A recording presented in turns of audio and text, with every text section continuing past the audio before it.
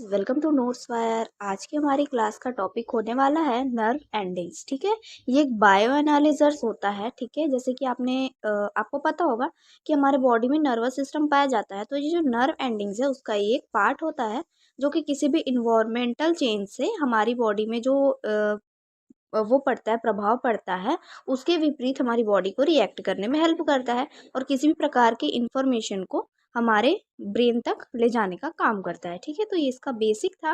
अब हम लोग देखेंगे साइनॉप्सिस। साइनॉप्सिस आप लोग बना लीजिएगा, ये 8 पॉइंट का साइनॉप्सिस है इसमें। ठीक है, अब हम स्टार्ट करेंगे इंट्रोडक्शन से। नर्व एंडिंग्स हमारे बॉडी के वो स्पेशल स्ट्रक्चर्स होते हैं जो बाहरी और आंतरिक स्टिमुली जैसे कि टच, पेन, टेम्परेचर को डिटेक्ट करते हैं। ठीक, जैसे कि नर्व एंडिंग्स होते हैं हमारी बॉडी के ऐसे स्ट्रक्चर होते हैं जैसे कि टच, पेन, टेम्परेचर को डिटेक्ट करने वाले होते हैं। ठीक है, किसी भी इंटरनल या एक्सटर्नल इन्वायरमेंट से ये एंडिंग नर्वस सिस्टम के बायोएनालिजर्स की तरह काम करते हैं, जो एनवायरनमेंट से सिग्नल लेकर ब्रेन और स्पाइनल कॉर्ड तक भेजते हैं। ये सिग्नल बॉडी को तुरंत रिएक्ट करने में मदद करता है। ठीक है, ये जो नर्व एंडिंग होते हैं वो नर्वस सिस्टम के बायोएनालिजर्स की तरह वर्क करते हैं। ठीक है, बायोएनालिजर्स का मतलब ये होता है जो बायोलॉजिकल कुछ इस प्रकार से स्ट्रक्चर हमारी बॉडी में पाए जाते हैं जो किसी भी प्रकार के अगर हमारी बॉडी में या इन्वायरमेंट में चेंज हो रहा है तो उसको अच्छी तरह से एनालाइज करके उसको डिटेक्ट करने का काम करते हैं। ठीक है, और जो इन्वायरमेंट से सिग्नल भी प्राप्त होता है उसे लेकर ब्रेन और स्पाइनल कॉर्ड तक भेजने का काम करते हैं। ये सिग्नल बॉडी को तुरंत रिएक्ट करने में हेल्प करते हैं उस चेंज के प्रति, चाहे वो इन्वायरमेंट में हो, बॉडी में हो, है ना। इस प्रकार के जो सिग्नल होते हैं वो हमारी बॉडी के एक्शन में मदद करते हैं। नेक्स्ट है इसका डेफिनेशन। नर्व एंडिंग्स न्यूरॉन्स के विशेषीकृत अंतिम भाग होते हैं जो सेंसरी इंफॉर्मेशन को डिटेक्ट करके उसे नर्वस सिस्टम तक पहुंचाते हैं। ठीक है, नर्व एंडिंग क्या होते हैं? न्यूरॉन्स के अंतिम भाग होते हैं। ठीक है, आपने देखा होगा कि न्यूरॉन का स्ट्रक्चर किस प्रकार से होता है। तो न्यूरॉन में जो लास्ट छोर होता है या फिर अंतिम भाग होता है वही क्या कहलाता है? Nerve endings. ठीक है, जो किसी भी सेंसरी इंफॉर्मेशन को डिटेक्ट करने के बाद उसे नर्वस सिस्टम तक पहुंचाते हैं और फिर नर्वस सिस्टम क्या करता है? उसे ब्रेन तक पहुंचाता है और उसके बाद ब्रेन के डिसीजन के अनुसार हम अपनी बॉडी में किसी भी प्रकार का रिएक्ट कर सकते हैं। ठीक है, ये स्पर्श, दर्द, तापमान और दबाव जैसी संवेदनाओं को पहचानने में भी हेल्प करता है। ये डिफरेंट डिफरेंट टाइप की जो स्टिमुलिटी होती है बॉडी में उसको पहचानने में मदद करता है और उस प्रकार से हमें रिएक्ट करने में हेल्प करता है। ठीक है गाइज।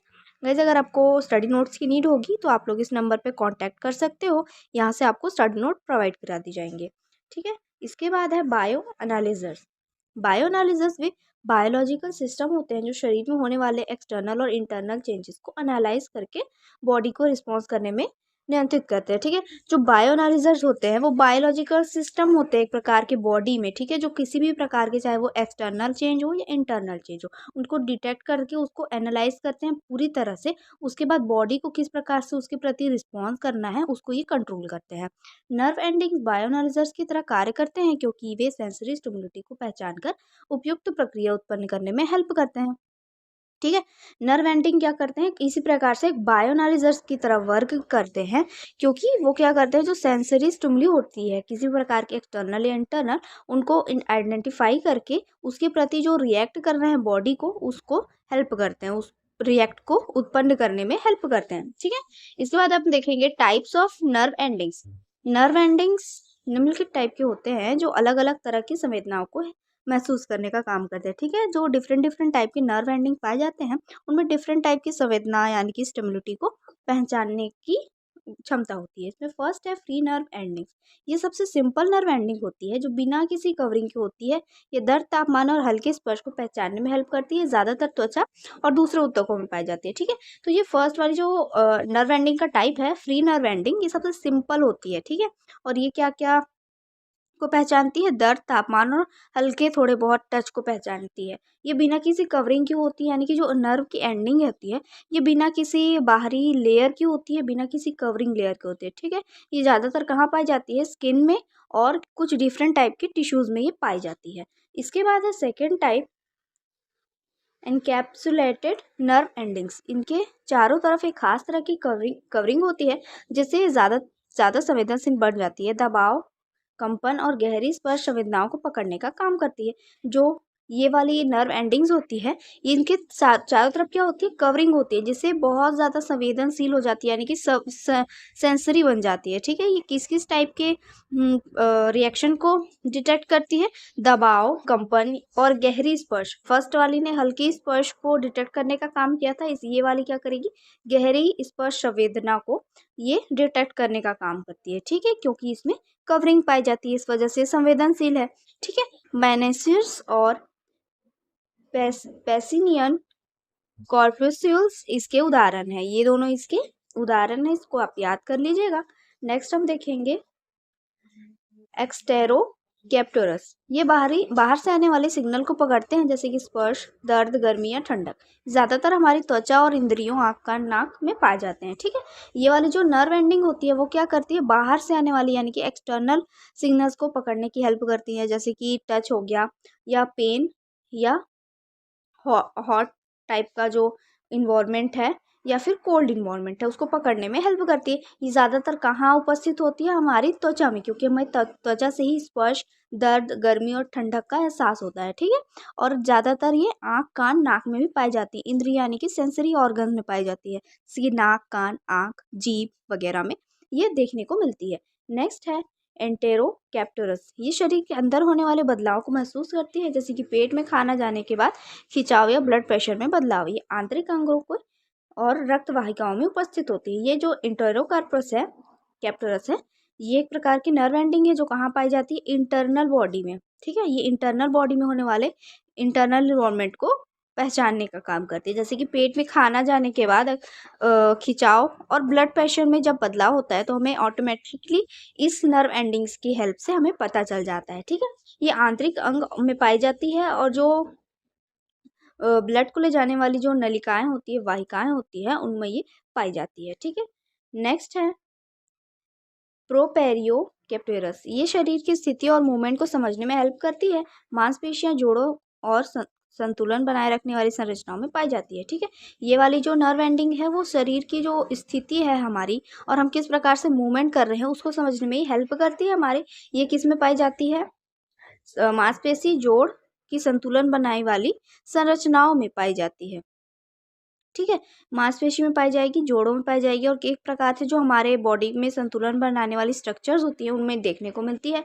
यही वजह है कि हम बिना देखे भी अपने हाथ पैरों की पोजीशन को महसूस करते हैं। ठीक है, हम बिना देखे भी अंधेरे में भी अपने हाथ पैर की पोजीशन किस प्रकार से रखी हुई है उसको हम अच्छे से फील कर सकते हैं, because of peri opterus nerve endings. ठीक है, ये मोस्ट इम्पॉर्टेंट है कि आप क्यों किस प्रकार से अपने हाथ पैर की पोजीशन को अंधेरे में भी मूव कर सकते हैं, तो इस प्रकार की नर्व एंडिंग की वजह से ये हो पाता है। ठीक है, नेक्स्ट है स्ट्रक्चर ऑफ नर्व एंडिंग्स। हम देखेंगे नर्व एंडिंग्स न्यूरॉन्स के टर्मिनल पार्ट्स होते हैं जो सेंसरी और मोटर फंक्शन में इंपॉर्टेंट रोल प्ले करते हैं। इसकी संरचना उनके कार्य पर निर्भर करती है। ठीक है, ये क्या होते हैं, न्यूरॉन्स के टर्मिनल पार्ट्स होते हैं जो सेंसरी और मोटर फंक्शन में इंपॉर्टेंट रोल प्ले करते हैं। इनके डिफरेंट डिफरेंट संरचना और उनके कार्य पर निर्भर करती है। ठीक है, इसमें फर्स्ट है sensory and motor ending. Sensory nerve ending विशेष रिसेप्टर से जुड़े होते हैं जो बाहरी या आंतरिक परिवर्तनों को महसूस करते हैं। ठीक है, ये जो सेंसरी नर्व एंडिंग है वो विशेष टाइप के रिसेप्टर यानी कि किसी प्रकार के सिग्नल को लेने वाले जो रिसेप्टर्स होते हैं उनसे जुड़े होते हैं।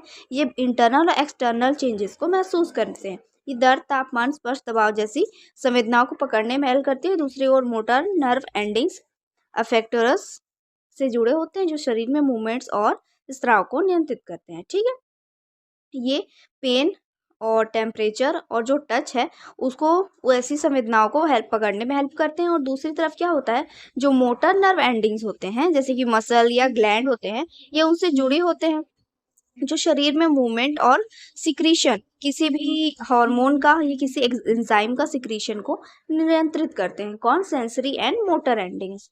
ठीक है, नेक्स्ट है इसका इनकैप्सुलेटेड नर्व एंडिंग्स। कुछ नर्व एंडिंग्स इंसेप्टुलेटेड होते हैं, यानी इनके चारों ओर एक कनेक्टिव टिश्यू कैप्सूल पाई जाती है। कैप्सूल इनकी संवेदनशीलता को बढ़ाती है जिससे हल्के स्पर्श, कंपन जैसी सूचनाओं को अधिक प्रभावी ढंग से पहचान सकते हैं। ठीक है, ये वाला जो नर्व एंडिंग्स होता है इनके चारों तरफ एक लेयर पाई जाती है जिसे हम कहते हैं कनेक्टिव टिश्यू कैप्सूल। ठीक है।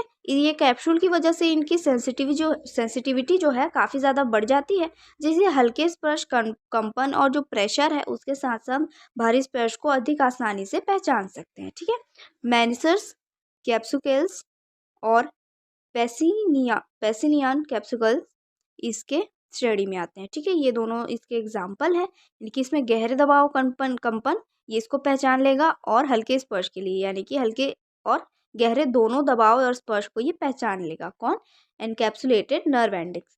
इस प्रकार नर्व एंडिंग की संरचना उनके कार्य के अनुसार अलग अलग होती है, जिससे वे शरीर के विभिन्न संवेदनाओं और क्रियाओं को नियंत्रित करते हैं। ठीक है।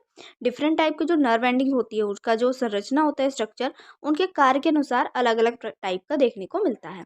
नेक्स्ट है functions of nerve endings. Nerve endings का हम लोग यहाँ पे फंक्शन देखेंगे।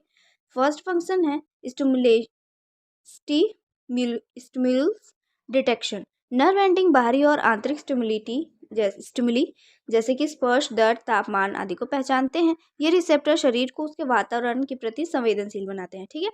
जो नर्व एंडिंग्स होते हैं उनका जो मोस्ट इम्पॉर्टेंट रोल है वो क्या होता है, किसी भी आंतरिक और बाहरी यानी कि एक्सटर्नल इंटरनल जो स्टिमुलेशन है उसको पहचानना, जैसे कि स्पर्श, दर्द और टेम्परेचर। ठीक है। ये रिसेप्टर शरीर को उसके जो इन्वायरमेंट होते हैं उसके प्रति ये संवेदनशील या सेंसरी रिसेप्ट करने वाला बनाता है। ठीक है। जो हमारा इन्वायरमेंट है, बाहरी इन्वायरमेंट या इंटरनल इन्वायरमेंट, उसके लिए हमें जो रिएक्ट करना है उसके लिए हमारी बॉडी को ये संवेदनशील बनाने का काम करता है। नेक्स्ट है सिग्नल ट्रांसमिशन। ये स्टिमुली को इलेक्ट्रिकल सिग्नल्स में बदलकर सेंट्रल नर्वस सिस्टम तक पहुंचाते हैं, जिससे शरीर सही प्रतिक्रिया दे पाता है।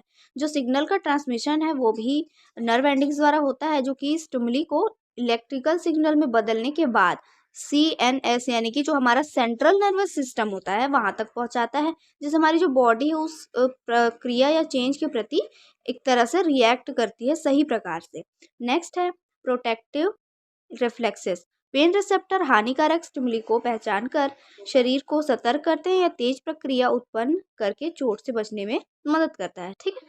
जो पेन रिसेप्टर होते हैं वो स्टिमुलिटी को क्या करते हैं, पहचान लेते हैं हानिकारक, जो हमारी बॉडी के लिए हानिकारक है उसको पहचानने के बाद जो हमारी बॉडी है उसको ये क्या कर देते हैं, अलर्ट कर देते हैं, जिससे तेज प्रक्रिया होती है, रिफ्लेक्स एक्शन होती है और उत्पन्न होती है जो हमें चोट खाने से बचा लेती है। ठीक है। तो इस प्रकार से हमारी बॉडी को ये प्रोटेक्टिव रिफ्लेक्सेस भी प्रदान करते हैं। ठीक है। जो हमारी बॉडी के लिए बहुत ज़्यादा इम्पोर्टेंट है। ठीक है। किसी भी प्रकार का एक्शन, अगर हमें चोट लग रही है तो हमें उस जगह से अपने हाथ को हटाने का जो एक्शन है वो नर्व एंडिंग्स के द्वारा ही किया जाता है। नेक्स्ट है muscles contraction. Motor nerve endings muscles को उत्तेजित करके मूवमेंट उत्पन्न करती है। यह वॉलंटरी और इनवॉल्यूंटरी दोनों प्रकार की गतिविधियों को नियंत्रित करता है। ठीक है।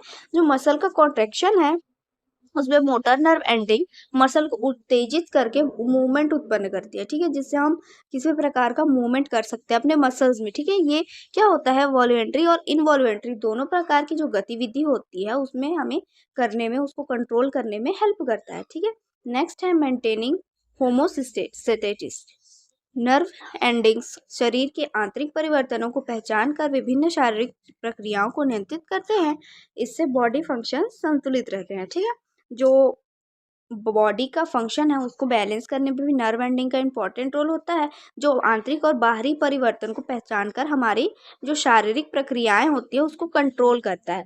इसके बाद हम देखेंगे importance of nerve endings as bioanalysers. निम्नलिखित कारणों से नर्व एंडिंग को बायो एनालिजर्स के रूप में इंपॉर्टेंट माना जाता है। इसमें फर्स्ट है इन्वायरमेंटल एडाप्टेशन। ये बाहरी स्टिमुलिटी को पहचान कर शरीर को वातावरण के अनुसार एडजस्ट करने में हेल्प करता है। तापमान, दबाव और दर्द जैसे संवेदनाओं के जरिए बॉडी सही प्रतिक्रिया दे पाती है।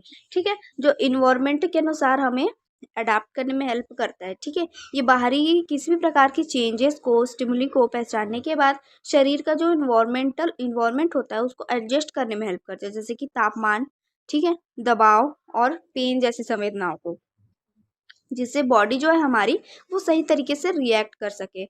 नेक्स्ट है सर्वाइवल मैकेनिज्म। पेन और टेम्परेचर रिसेप्टर शरीर को चोट और हानिकारक स्थितियों से बचाते हैं। तेज प्रक्रिया उत्पन्न करके संभावित नुकसान को रोकने में मदद करते हैं। ठीक है, पेन और टेम्परेचर रिसेप्टर क्या होते हैं, हमारी बॉडी में पाए जाते हैं, जो कि किसी भी प्रकार से चोट और हानिकारक स्थिति जो हमारी बॉडी में इन्वायरमेंट के चेंज के अनुसार पाई जाती है उसको बदलते हैं। ठीक है, जिससे हमारी बॉडी क्या करती है, तुरंत एक्शन लेती है और उस होने वाले जो जितना नुकसान से हमें बचा जा सकता है हमारे बचने में हेल्प करती है।